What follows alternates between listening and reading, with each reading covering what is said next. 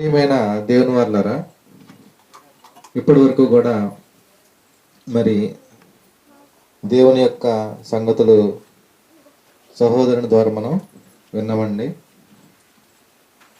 అలాగే మరికొన్ని సంగతులు మనం బైబిల్లో నుండి చూద్దాము.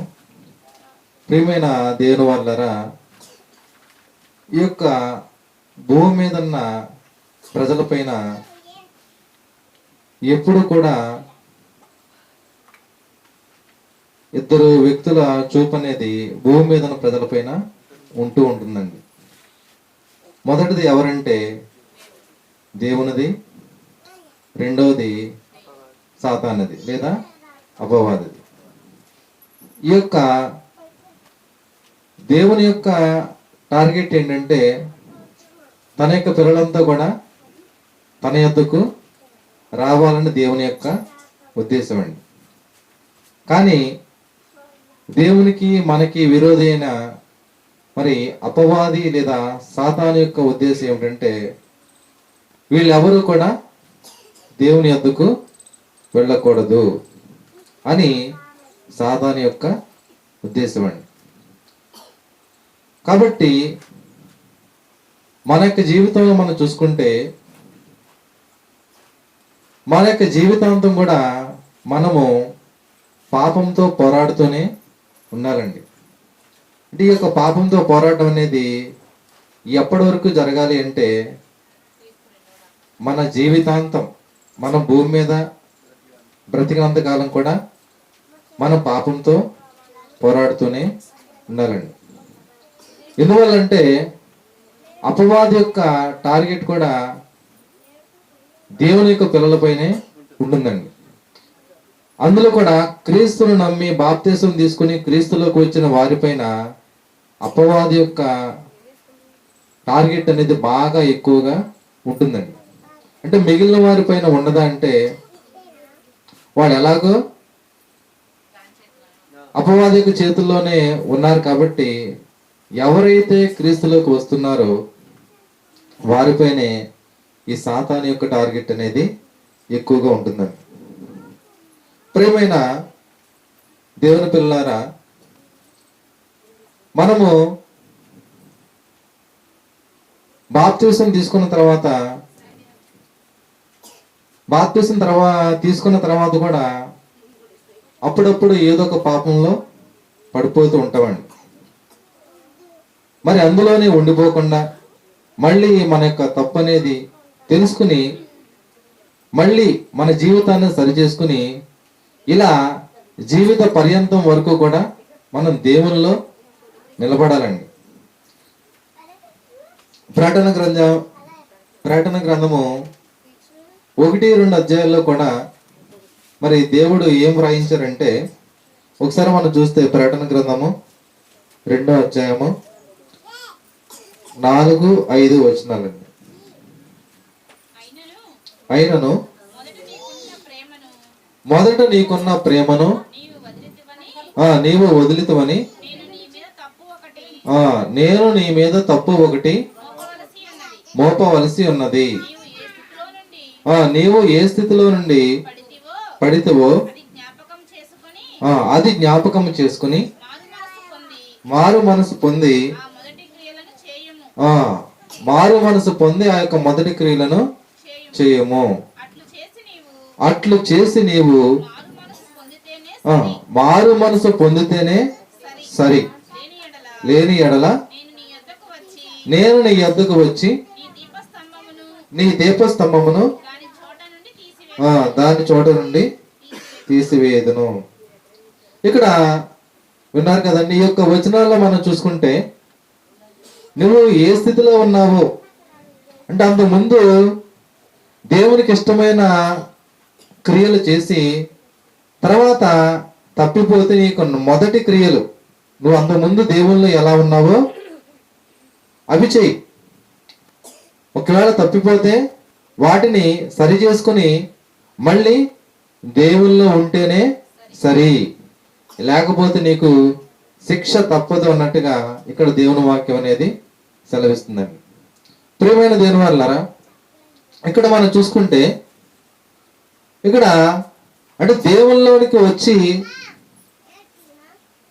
తప్పిపోయిన వాడు ఒకప్పుడు దేవుల్లో బాగా ఉండి బాగా బ్రతికి దేవుని కోసం పనిచేస్తూ ఇలా ఉండి ఒకవేళ తప్పిపోతే మళ్ళీ దేవుడు ఏమన్నారంటే నువ్వు ఏ క్రియలైతే నువ్వు వదిలివేశావో ఒకప్పుడు దేవుల్లో ఎలా ఉన్నావో అలాంటి క్రియలను నీవు మళ్ళీ కూడా చేయాలి, లేకపోతే నీకు శిక్ష తప్పదు అన్నట్టుగా ఇక్కడ దేవుని వాక్యం అనేది చెప్తుందండి. ప్రియమైన దేవుని వాళ్ళరా, ఇప్పుడు మనకి పాప క్షమాపణ ఇచ్చింది ఎవరు? యేసుక్రీస్తు. అలాగే మనకి నిత్యం ఇచ్చేది ఎవరు? మనకి పరలోకం ఇచ్చేది ఎవరు? దేవుడు. మరి దేవుడు వదిలేసి ఇప్పుడు సాతాను మనకు పరలోకం ఇస్తాడా? సాతాను మనకు పాప క్షమాపణ ఏమైనా కలగజేయగలదా? సాతాను పరలోకానికి ఏమైనా తీసుకెళ్ళగలంటే ఏమీ కూడా చేయలేడండి. ఏం చేస్తారంటే వాడితో వాడికి ఇష్టమైన క్రియలు చేయించి పాపంలో పడేలాగా వాడు వెళ్ళే నరకానికి వెళ్ళిపోయేలాగా సాతాను చేస్తాడండి. కాబట్టి మనకి పాప క్షమాపణ ఇచ్చేది అలాగే మనల్ని పరలోకాన్ని తీసుకువెళ్ళేది కూడా దేవుడే. కాబట్టి దేవునికి వ్యతిరేకంగా మనం ఏమీ కూడా చేయకూడదు. అలాగే మనము సీక్రెట్ గా దేవుణ్ణి ఏమైనా మోసం చేయగలమండి? ఏమీ కూడా చేయలేమండి. ఇప్పుడు మనం ఎవరినైనా మనం ఏదన్నా మోసం చేస్తే వాళ్ళకి క్షమాపణ అనేది అడగొచ్చు. వాళ్ళు క్షమించకపోతే దేవుడైనా మనల్ని క్షమిస్తాడు. మరి దేవుణ్ణి మోసం చేస్తే నిన్ను ఎవరు క్షమిస్తారు? అంటే దేవునికి మరుగైనది ఏది కూడా లేదు. దేవుని ఎవరు కూడా మోసం అనేది చేయలేరండి. దేవుడు మనల్ని ఎప్పుడు కూడా పరీక్షిస్తాడండి, పరిశీలిస్తాడు. మన హృదయంలో తలంపులు పుట్టక ముందే మనం ఎలా ఉంటామో ఏం ఆలోచిస్తామో అనేది ప్రతిదీ కూడా దేవునికి తెలిసిపోద్దండి. దేవునికి మరుగైనది ఏది కూడా లేదండి. ఒకసారి మనం కీర్తన గ్రంథంలో 11వ అధ్యాయము 4వ వచనం చూసుకున్నట్లయితే, కీర్తన గ్రంథము 11వ అధ్యాయము 4వ వచనం, యెహోవా తన పరిశుద్ధాలయములో ఉన్నాడు. యెహోవా సింహాసనము ఆయన నరులను చాలండి, ఆయన నరులను కన్నులారా చూచుచున్నాడు. తన కనుదృష్టి చేత ఆయన వారిని పరిశీలించుచున్నాడు. అంటే దేవుని యొక్క కనులు ఎప్పుడు కూడా మనల్ని చూస్తూనే ఉన్నాయి, మనం చేసే క్రియల్ని పరిశీలిస్తూనే ఉన్నాయండి. కాబట్టి మనం ఏం చేసినా ఖచ్చితంగా ఎవరు తెలిసిపోద్దంటే దేవునికి తెలిసిపోద్దండి. ఇప్పుడు మనం ఏదైనా ఫోన్ కొన్నాం అనుకోండి, దానికి మనం లాక్ పెట్టుకుంటాం, నెంబర్ కానీ లేకపోతే ముగ్గుల్లాగా ఒక లాక్ లాంటిది మనం పెట్టుకుంటూ ఉంటాం. కానీ ఈ లాక్ దేనికంటే మన ఫోను వేరే వాళ్ళు ఓపెన్ చేయకుండా మన కొద్దిగా సీక్రెట్గా ఉంటుందని లాక్ అనేది ఏర్పాటు చేసుకుంటామండి. మరి మన మనసుకి లాక్ అనేది వేయగలమండి? ఒకవేళ మన మనసుకి లాక్ వేసిన దేవుడు చూడకుండా ఉండగలడా? దేవుడు చూడకుండా ఉండలేడండి. ఇంకా చూసుకుంటే కీర్తన గ్రంథము 17వ అధ్యాయము 2వ వచనం,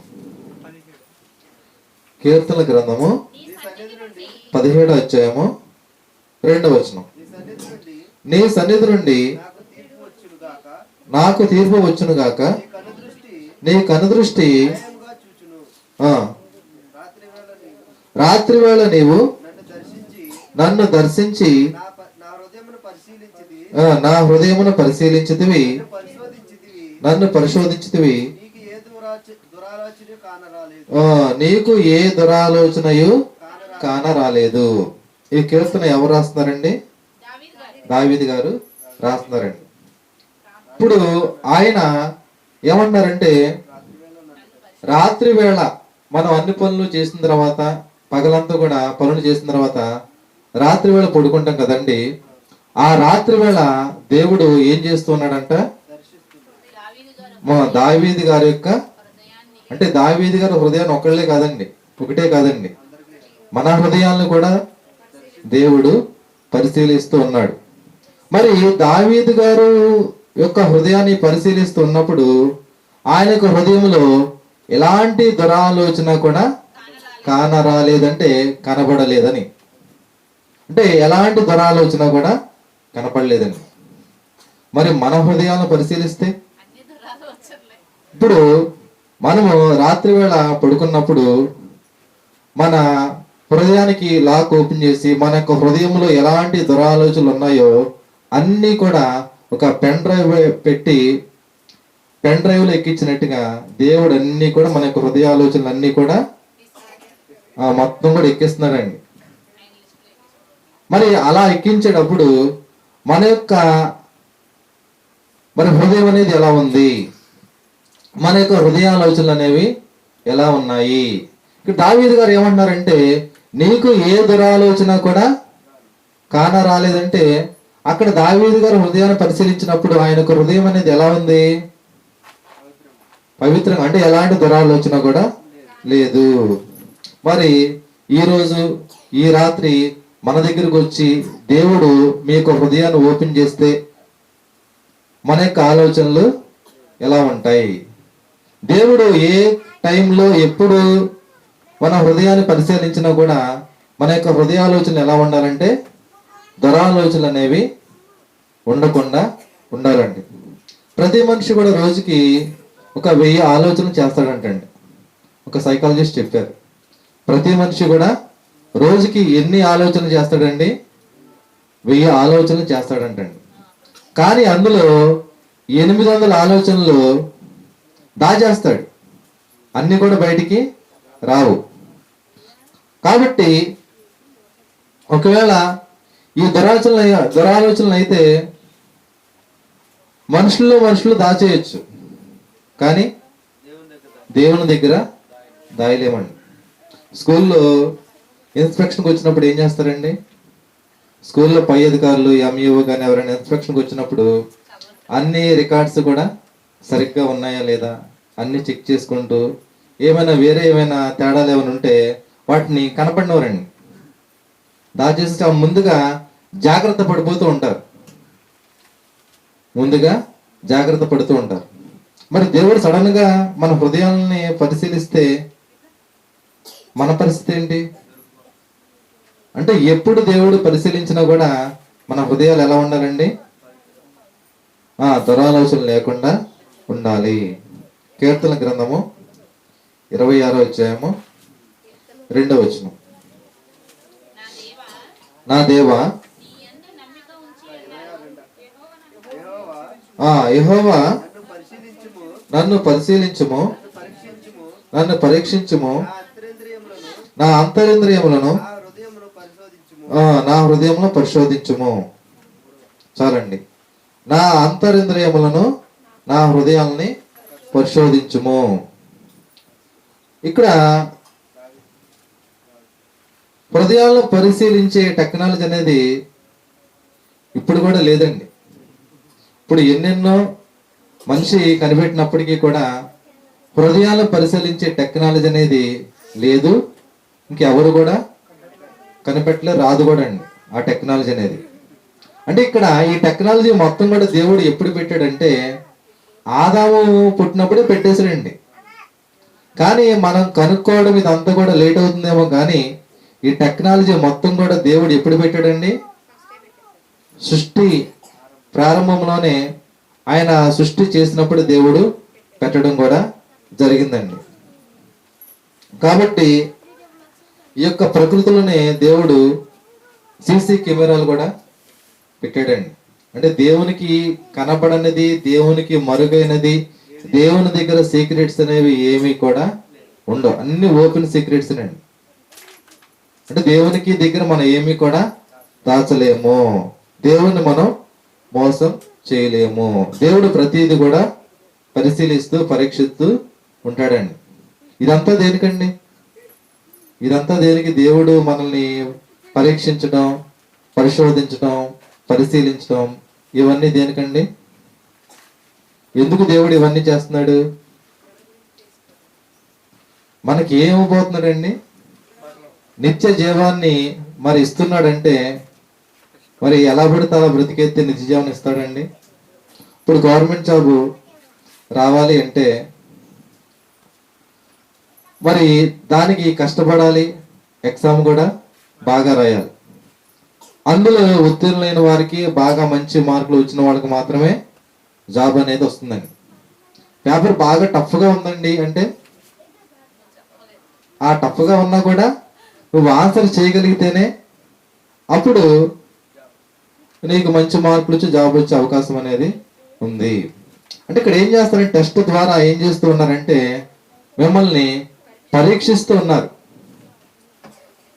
మరి ఈ యొక్క భూమి మీద ఉన్న ఇలాంటి జాబ్స్ కి మరి పరీక్ష అనేది ఉన్నప్పుడు మరి దేవుడు మనకి ఏమిస్తూ ఉన్నాడండి?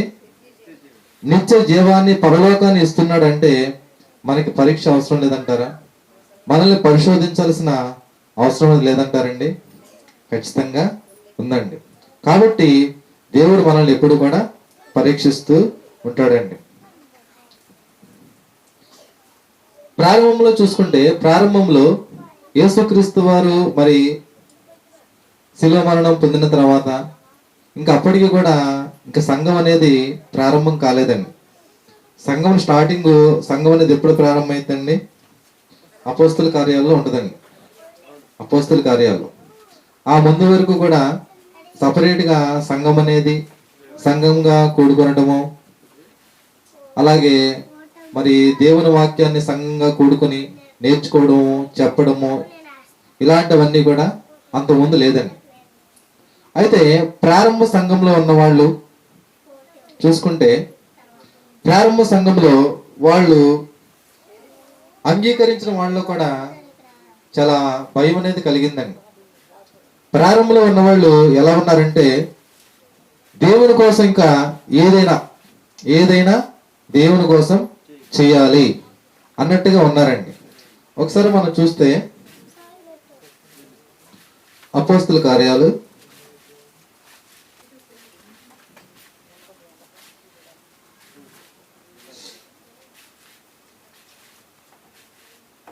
2వ చూసుకుంటే 2వ అధ్యాయము 5వ వచనం అండి. ఆ కాలమున ఆకాశము క్రింద నుండి ప్రతి జనములో నుండి వచ్చిన భక్తి గల యూదులు యెరూషలేములో కాపురముండరి. ఈ శబ్దము కలగగా జనులు గుంపులుగా కూడి వచ్చి ప్రతి మనుషుడు తన స్వభాషతో వారు మాట్లాడి విని కలవరపడిరి. అంతటా అందరూ విభ్రాంతి నొంది ఆశ్చర్యపడి, ఇదిగో మాటలాడుచున్న వీరందరూ కూడా గలిలయులు కారా? మనలో ప్రతివాడు తాను పుట్టిన దేశపు భాషతో వీరు మాట్లాడటం మనం వినుచున్నామే. ఇదేమి పార్తీయులు, మాదీయులు, ఏలామీయులు, మెసొపొతమియా, యోదయ, కప్పదొకియా, పొంతు, ఆసియా, ఫుగ్రియా, పంఫూలియా, ఐగుప్తు దేశంలందలి వారు. ఇక్కడ ఇవన్నీ చూసుకుంటే వీళ్ళల్లో ఒకే ప్రాంతానికి చెందిన వాళ్ళు లేరండి. వేరు వేరు ప్రాంతాలకి చెందిన వాళ్ళు ఇక్కడ ఉన్నారండి. వీళ్ళంతా కూడా ఏంటంటే ఒకే చోటుకు చేరి, అంటే దేవుని యొక్క వాక్యాన్ని వినడానికి అందరూ కూడా ఒకే చోటుకి చేరారండి. పేతురు గారు ఎక్కడున్నారో ఆ ప్రాంతానికి వచ్చేసారండి. అంటే వీళ్ళంతా కూడా వీరి సొంత ప్లేసెస్ వేరు వేరు చోట్ల ఉన్నాయండి. ఈ సొంత ప్లేసెస్ అనేవి వేరు వేరు చోట్ల ఉన్నాయి. ఇప్పుడు మనం ఇక్కడికి వచ్చామంటే మనం ఇక్కడే ఉండిపోతామండి. ప్రార్థన అయిపోయిన తర్వాత కృష్ణ ఏమో లక్ష్మీపురం వెళ్ళిపోతాడు, మేమేమో మా ఇంటికి వెళ్ళిపోతాం, అలాగే ఎవరైతే ఎక్కడి నుంచి వచ్చారో వాళ్ళ ఇంటికి వెళ్ళిపోతూ ఉంటారండి. కానీ ఇక్కడ మీరు మన వాక్యాన్ని మనం అబ్జర్వ్ చేస్తే ఇక్కడ వాక్యం వినడానికి వచ్చిన వాళ్ళందరూ కూడా వారి వారి సొంత ప్రదేశాలను, సొంత ప్రాంతాన్ని వదిలేసి ఇక్కడికి వచ్చి మళ్ళీ పూర్తిగా అక్కడికి వెళ్ళలేదండి. అందరూ వెళ్ళలా. కొంతమంది ఎక్కడ ఉండిపోయారు? అపోస్తుల దగ్గరే. కొంతమంది ఎక్కడ ఉన్నారండి? అపోస్తుల దగ్గరే ఉన్నారండి. అందరూ కూడా వారి యొక్క సొంత గ్రామాన్ని, ఏదో ఇప్పుడు మన ఏదైనా ఒక పండగ కోసం వేరే ఊరు వెళ్ళినప్పుడు అక్కడే ఉండిపోతామండి. అక్కడే ఉండం, పండగ అయిపోయిన తర్వాత మళ్ళీ వచ్చేస్తాం. కానీ ఇక్కడ చాలా మంది ఏం చేశారంటే, దేవుని వాక్యం పేతురు గారు చెబుతూ ఉంటే దేవుని వాక్యాన్ని విని మరి కొంతమంది వాళ్ళ స్వస్థలాలకి వెళ్లకుండా పేతురు గారితో పాటు అక్కడే ఉండిపోయారండి. పేతురు గారు మిగిలిన శిష్యులతో పాటు అక్కడే ఉండిపోయారు. ఎందుకున్నారండి? వాళ్ళ స్వస్థలాలకు వెళ్లకుండా ఎందుకు ఉండిపోయారు అంటే, ఆ యొక్క మళ్ళీ ఇక్కడ నుండి మళ్ళీ వెళ్ళిపోతే మళ్ళీ దేవుల్లో మనం ఉండలేమేమో, దేవుని వాక్యాన్ని సరిగ్గా మనం వెళ్ళలేమేమో అని ఆ సమయంలో మరి ఈయన పేతురు గారు మరి ప్రసంగం చేస్తూ ఉంటే వారు 37వ వచనం, 2వ అధ్యాయము 37వ వచనం, అపోస్తుల కార్యాలు. వారు ఈ మాట విని హృదయంలో నొచ్చుకుని, సహోదరులారా మేమేమి చేద్దామని పేతురును కడమ అపోస్తులను అడగగా, పేతురు మీరు మారు మనసు పొంది పాప క్షమాపణ నిమిత్తం ప్రతి వాడు కూడా యేసుక్రీస్తు నామమున బాప్తిసం పొందుడి, అప్పుడు మీరు పరిశుద్ధాత్మను వరము పొందుదురు. ఆ తర్వాత చూసుకుంటే ఇంచుమించుగా ఆ దినమందు ఇంచుమించు 3,000 మంది చేర్చబడిరి. ఎంతమంది చేర్చబడ్డారండి? ప్రారంభంలో 3,000. మా పేతురు గారు ప్రసంగం చేస్తూ ఉంటే మరి ఆ చుట్టుపక్కల వాళ్ళు, చుట్టుపక్కల ప్రాంతాల వాళ్ళందరూ కూడా, వేరు వేరు ప్రాంతాల నుండి వచ్చిన వాళ్ళంతా కూడా దేవుని యొక్క వాక్యాన్ని విని మరి ఇంచుమించుగా 3,000 మంది చేర్చబడిరి. 3,000 మంది చేర్చబడ్డారు అంటే మామూలు విషయం అండి. ఒక్కసారిగా 3,000 మంది మరి దేవుని యొక్క సంఘంలో చేర్చబడ్డారు, బాప్తిసం పొందారంటే మరి చాలా గొప్ప విషయం అండి. అంటే బ్రతుకు తెరువు కోసం మామూలుగా వలస అనేది వెళుతూ ఉంటారు కదండి. వీళ్ళేదో ఒక పండగ కోసం వచ్చి దేవుని వాక్యాన్ని విని అక్కడే ఉండిపోయి ఇంకా దేవుని కోసం బ్రతకాలని వాళ్ళు నిశ్చయించుకుని అక్కడే ఉన్నారంటే, అలా ఉండి ఇంచుమించుగా 3,000 మంది చేర్చబడ్డారు అంటే చాలా గొప్ప విషయం. కాబట్టి వీళ్ళంతా కూడా, విశ్వసించిన వారంతా కూడా ఏకముగా కూడి, అంటే ఏకముగా కూడి తమకు ఉన్నవన్నీ కూడా, కొంతమంది అయితే అక్కడ ఉన్నవాళ్ళు స్థిరాస్తులు నమ్మి అపోస్తుల పాదాల కింద పెట్టారండి. అలాగే వాళ్ళకి కలిగిన ధనాన్నంతా కూడా సమిష్టిగా, మరి అందరూ కూడా ఉన్నారు కాబట్టి కలిగిన ధనాన్ని అక్కడ ఎలాంటి తారతమ్యాలు, భేదాలు లేకుండా సమిష్టిగా ఆ యొక్క ధనాన్ని ఉంచుకొని మరి దేవుని కోసం బ్రతకడం అనేది చూస్తున్నామండి. ఇలా సంఘం అనేది వృద్ధి పొందుతూ ఉందండి. సంఘం అనేది వృద్ధి పొందుతూ బాగా డెవలప్ అవుతూ ఉందండి. మరి సంఘం అనేది నెమ్మదిగా ఆ యొక్క సంఘంలోనికి ఇంకా కొత్త వారు అనే వాళ్ళు చేర్చబడుతూ ఉన్నారండి. మరి వాళ్ళకి ఏం కావాలి? ఇప్పుడు జనం అనేది బాగా పెరుగుతున్నారు. పెరిగేటప్పుడు వాళ్ళకి ఆహారం కోసం మరి ఇంకా డబ్బులు అనేది ఎక్కువగా కావాలి. కాబట్టి చాలా మంది ఏం చేస్తూ ఉన్నారంటే, సంఘం బాగా వృద్ధి పొందుతుంది, అంతా కూడా బాగుంది, కొత్త వాళ్ళు అంతా కూడా చేర్చబడుతున్నారు. ఇదే టైంలో సాతానుగాడి కన్ను అనేది కొట్టేసిందండి. ఇందాక చెప్పాను కదండి, సాతాను యొక్క టార్గెట్ అనేది ఎవరి మీద ఉంటుందండి? ఎవరైతే క్రీస్తులోకి వస్తున్నారో, ఎవరైతే దేవుని కోసం బ్రతకాలనుకుంటున్నారో అలాంటి వారి మీద సాతాను యొక్క టార్గెట్, సాతాను యొక్క కనుదృష్టి ఎక్కువగా వాళ్ళ మీదే ఉంటుందండి. చక్కగా మరి పేతురు గారు ప్రసంగం చేసినప్పుడు 3,000 మంది మారారు, మరి అందరూ కలిసి ఉన్నారు. ఇంకో కొత్త వాళ్ళు సంఘంలో చేర్చబడుతూ ఉన్నారు. సంఘం అనేది బాగా వృద్ధి పొంది బాగా డెవలప్ అవుతూ ఉందండి. ఇలాంటి సమయంలో మరి ప్రతి వాళ్ళకి కూడా ఒక భయం అనేది కలిగిందండి. మరి ఈ సంఘంలో ఎక్కువ మంది చేర్చబడుతున్నప్పుడు వారికి ఇంకా ధనం అనేది కావాలి కాబట్టి చాలా మంది ఏం చేశారంటే వాళ్ళకున్న చర స్థిరాస్తులను అమ్మి అపోస్తుల పాదాల కింద పెట్టి ఎవరికైతే అక్కరత కలిగిన వాళ్ళు ఉన్నారో వాళ్ళందరికీ కూడా మరి పంచి పెట్టడము, వాళ్ళకి కూడా సహాయం చేయడము, ఇవన్నీ కూడా చేస్తూ సంఘం అనేది చాలా అభివృద్ధి పొందుతూ ఉన్న సమయంలో సాతానుగాడి యొక్క కన్ను ప్రారంభ సంఘం పైన పడిందండి. ఎక్కడ పడిందండి? ప్రారంభ సంఘం పైన పడిందండి. అపోస్తుల కార్యాలు 4వ అధ్యాయము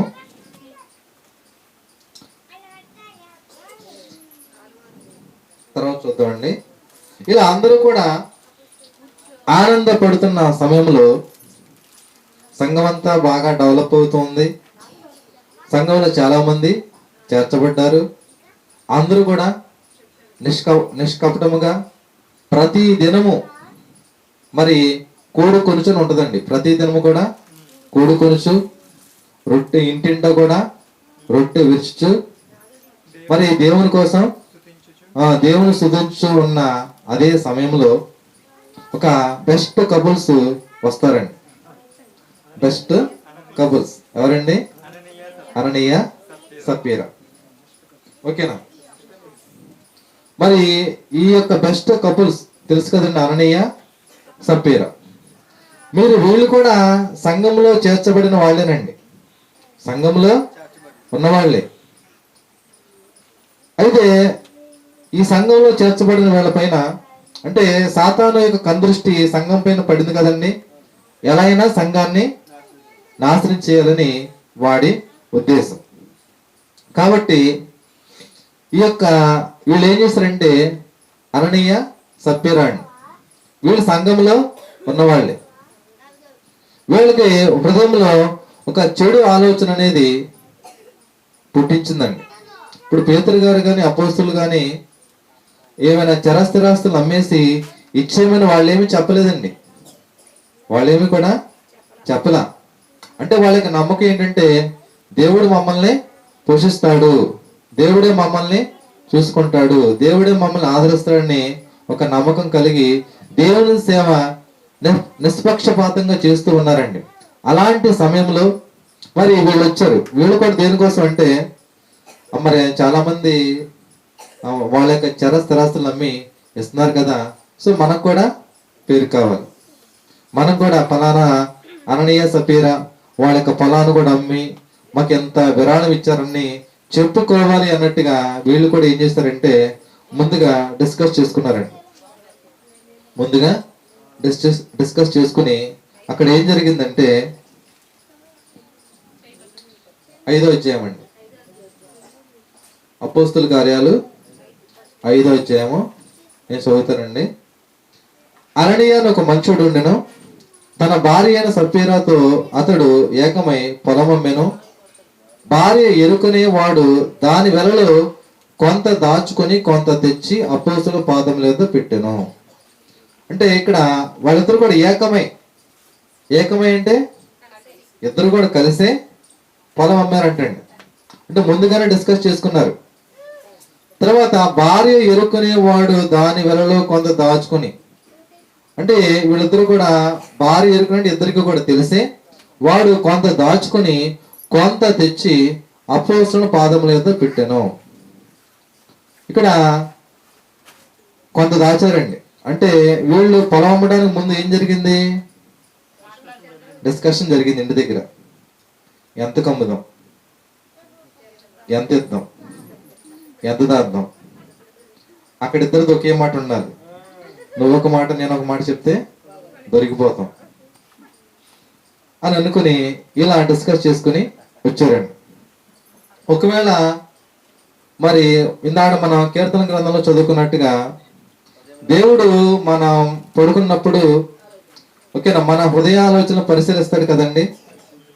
మరి వీళ్ళు ఇలా ఆలోచన చేసుకుంటూ పడుకున్నప్పుడు దేవుడు వచ్చి వీళ్ళ డేటా ఓపెన్ చేస్తే వీళ్ళ మనసులో ఏముంటది? మన దురాలోచన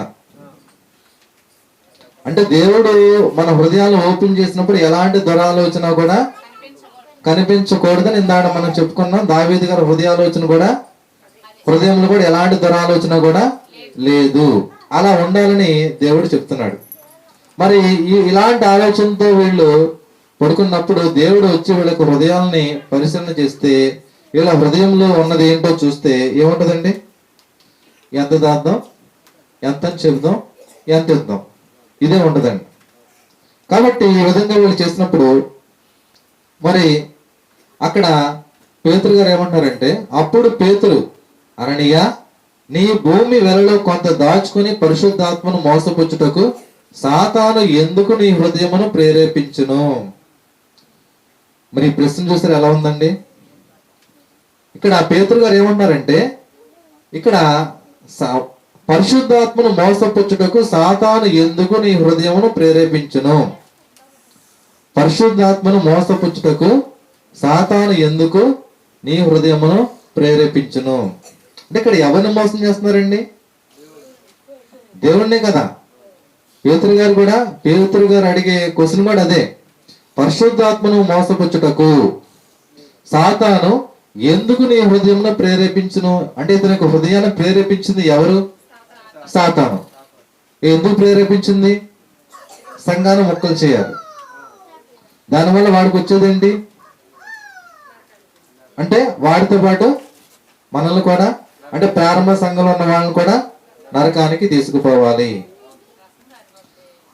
తర్వాత అది నీ యొద్ద ఉన్నప్పుడు నీదే కదా, అమ్మిన పిమ్మట అది నీ వశమై ఉండలేదా? ఎందుకు ఈ సంగతి నీ హృదయంలో ఉద్దేశించుకున్నావు? నీవు మనుషులతో కాదు దేవునితోనే అబద్ధం ఆడుతావని చెప్పాను. ఎవరితో చెప్పారండి? మనుషులతోనే కాదు దేవునితో. ఇప్పుడు అననయ్య అబద్ధం ఆడింది ఎవరితోనండి? దేవునితో అబద్ధం ఆడాడు. దేవునితో అబద్ధమాడి పరిశుద్ధాత్మని మోసపుచ్చాడండి. పరిశుద్ధాత్మని మోసపుచ్చాడు. కాబట్టి వెంటనే అతను మరి ఆ యొక్క అననయ్య పడిపోయి చనిపోవడం కూడా జరిగిద్దండి. క్రింద వచనాల్లో చూస్తే అంటే అక్కడ శిక్ష వెంటనే వచ్చేసిందండి. ఇక్కడ వెంటనే వచ్చేసింది. మరి ఇప్పుడు మరి దేవునితో మనం చాలాసార్లు అబద్ధాలు ఆడుతున్నాం కదండి, మనం వెంటనే ఎందుకు చనిపోవడం లేదు? అంతకంటే భయంకరమైన శిక్ష అనేది దేవుడు వేస్తాడండి. అయితే ఈ విషయాలు ఏమి కూడా తెలియక, ఏంటబ్బా ఇంకా రావట్లేదు, నా భర్త ఇంకా రావట్లేదు అని తర్వాత ఏమనుకుంటూ మరి దారిలో ఎవరన్నా అడిగిందేమో, మొత్తం మీద పేతురు గారి దగ్గరికి ఈమె కూడా వస్తుంది, సప్పీర వచ్చిన తర్వాత అప్పుడు ఇంచుమించు 7వ వచనం, ఇంచుమించు 3 గంటల సేపటికి వాని భార్య జరిగినది ఎరుగక లోపలికి వచ్చెను. అప్పుడు పేతురు, మీరు ఆ భూమిని ఎంతకే అమ్మితరా? నాతో చెప్పమని ఆమెను అడిగను. అందుకు ఆమె, అవును, ఎందుకని చెప్పాను. ఇద్దరిది ఒకే మాట అండి, ఇద్దరు సేమ్ ఒకేలాగా చెప్పారు. అందుకు పేతురు, ప్రభు యొక్క ఆత్మను శోధించుటకు మీరెందుకు ఏకీభవించితిరి? ప్రభు యొక్క ఆత్మను శోధించుటకు మీరెందుకు ఏకీభవించితిరి అంటే ఇద్దరు ఒకే మాట మీద ఉన్నారు కదండి. మీరెందుకు ఏకీభవించితిరి? ఇదిగో నీ పెనిమిటిని పాతిపెట్టిన వారి పాదములు వాకిటినే ఉన్నవి, వారు నిన్నును మోసుకుని పోదురని ఆమెతో చెప్పెను. వెంటనే ఆమె అతని పాదముల యొద్ద పడి ప్రాణము విడిచెను. చూడండి, పేతురు గారు మరి ఇద్దరు కూడా కలిసి ఇద్దరిని కలిపి ఒకే చోట పాతి పెట్టారండి, అననీయ సప్పీర. మరి అననీయ సప్పీర అంత ముందు స్టార్టింగ్ లో బాగానే ఉన్న దేవునిలో, అంటే ప్రారంభ సంఘంలో వీళ్ళు కూడా సభ్యులే, అందరితో కూడా కలిసి ఉన్నారు. సంఘం నెమ్మదిగా వృద్ధి పొందుతుంది. ప్రారంభ సంఘం చాలా మంది చేర్చబడ్డారు. మరి అందరూ కూడా నిష్కపటంగా అందరూ కూడా ఒకే చోట ఉండి దేవుని వాక్యాన్ని నేర్చుకుంటూ ప్రకటిస్తూ ఇలా ఉన్నప్పుడు మరి సాతాను యొక్క దాడి అనేది ప్రారంభ సంఘం పైన దాడి చేయడం అనేది జరిగిందని. కాబట్టి ఇక్కడ మనం నేర్చుకున్నది ఏంటంటే, ఎప్పుడైతే మనం దేవునికి దగ్గరగా బ్రతకాలని, దేవుని కోసం బ్రతకాలని అనుకుంటున్నామో అదే టైంలో సాతాను కూడా మన మీద దాడి చేస్తాడు. వాడి దాడి ఎప్పుడు కూడా, వాడి యొక్క కనుసూపు ఎప్పుడు కూడా ఎవరి మీద అయితే ఉంటుందంటే, ఎప్పుడైతే ఎవరైతే దేవుని కోసం ఎక్కువగా బ్రతకాలి, దేవుని దగ్గరికి వస్తున్నారు అని అనుకుంటాడో వాళ్ళ మీదే దాడి చేస్తాడండి. అంటే ఈ కననీయ సఫీరా చనిపోయినప్పుడు కూడా మిగిలిన వాళ్ళకు కూడా భయం కలిగిద్దండి. మిగిలిన వాళ్ళకు కూడా చాలా మిగిలిన భయం కలిగిద్ది. ఆ తర్వాత ఈ అపోస్తల కార్యాల్లో మనం చదువుకుంటే సంఘం మొత్తం కూడా విడిపోద్దండి. అక్కడ వాళ్ళు ఎక్కడెక్కడికో చెదిరిపోతూ ఉంటారు. అంటే ప్రారంభంలో పేతురు గారు దగ్గర అందరూ కూడా కలిసి ఒక ప్రారంభ సంఘంగా ఉన్నారు. తర్వాత సాతాను దాడి చేసిన తర్వాత సంఘం అంతా కూడా చిన్న భిన్నమైపోద్దండి. కాబట్టి జీవం గల దేవుని చేతిలో పడడం అనేది బహు భయంకరం అండి. హెబ్రీయులకు రాసిన పత్రిక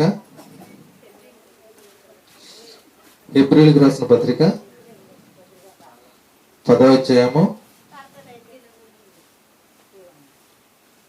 31వ వచనం అండి. జీవము గల దేవుని చేతిలో పడుట జీవము గల దేవుని చేతిలో పడుట భయంకరము. అంటే దేవుని చేతిలో పడ్డామంటే అది ఎలాంటిదంటే చాలా భయంకరం అంటండి. అంటే దేవుని చేతిలో పడితే ఇంకా మనము తప్పించుకోవడము అనేది మన వల్ల కాదండి. అసలు వీళ్ళు ఎందుకు వచ్చారు? వీళ్ళు ఎందుకు వచ్చారండి? అననీయ సఫీరా వచ్చారు, మరి చనిపోయారండి. మరి వీళ్ళ సీట్ అనేది కన్ఫర్మ్ అయిందండి. ప్రారంభంలో ఉన్నారు, ప్రారంభ సంఘంలో ఉన్నారు, కానీ వాళ్ళ సీట్ అనేది కన్ఫర్మ్ అవ్వలేదండి.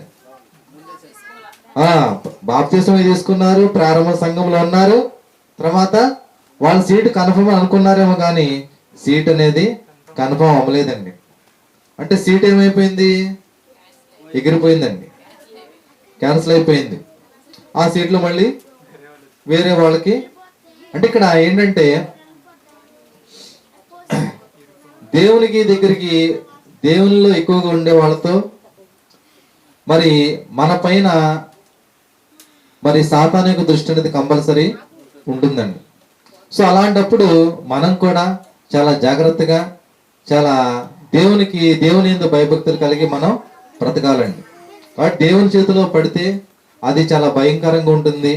కాబట్టి దేవుని చేతిలో పడకుండా దేవుడు ఉన్న రాజ్యాన్ని చేరుకునే వారిగా ఉండాలండి. దేవుడు ఏం చెప్తూ ఉన్నాడంటే, నీవు ఏమి విత్తుతావో అదే కోస్తావు. నీవేమి విత్తుతావో అదే పంట కోస్తావు. మనం ఎలా అయితే ఉంటామో దాని రిజల్టే చూస్తాం. ఎగ్జామ్ మనం రాసినప్పుడు మనకి తెలిసిపోద్ది, ఎగ్జామ్ బాగా రాసామా, సరిగ్గా రాయలేదా. మనం రాసినట్టుగానే మార్కులు వస్తాయండి ఇంచుమించుగా. కాబట్టి మనం ఏ క్రియలైతే చేస్తున్నామో దాని ఫలితమే రేపు తర్వాత మనం అనుభవిస్తామండి. కాబట్టి ఇక్కడున్న మనమంతా కూడా దేవుని యందు భయభక్తులు కలిగి మరి మన హృదయాలను దేవుడు పరిశీలిస్తాడు. కాబట్టి మన హృదయంలో మరి దావీదు గారి హృదయాన్ని పరిశీలించినప్పుడు ఎలాంటి దురాలోచన లేకుండా ఎలా అయితే దేవునికి కనపడిందో, అలాగే మన యొక్క హృదయాన్ని దేవుడు పరిశీలించినప్పుడు కూడా మన యొక్క హృదయాలు కూడా అలానే ఉండాలండి. అలా ఉంటేనే మనం దేవునికి నచ్చుతాము, దేవుడు ఉన్న నిత్య రాజ్యాన్ని చేరుకునే వారిగా ఉంటామండి. ప్రార్థన చేసుకుందాం. పరిశుద్ధుడా, పరలోకమందున మా తండ్రి, ఇప్పటి వరకు కూడా నీ యొక్క జ్ఞాన గ్రంథముల నుండి కొన్ని విషయాలు నీ యొక్క పిల్లలకి చెప్పాను తండ్రి. విన్న వాక్యాన్ని అర్థం చేసుకొని వాక్య ప్రకారం దాన్ని జీవించి మేమంతా కూడా నీ యొక్క నిత్య రాజ్యానికి చేరుకుని బిడ్డలుగా ఉండటానికి మా యొక్క హృదయాలను పరిశీలించినప్పుడు కూడా మా యందు ఎలాంటి దురాలోచన నీకు కానరాకుండా ఉండటానికి, ఆ విధంగా మేము జీవించడానికి సహాయం దయచామని మహిమ ఘనత ప్రభావాలు మీరే పొందాలని కోరుతూ యేసు నామమున అడిగి వేడుకుంటున్నాం తండ్రి. ఆమేన్.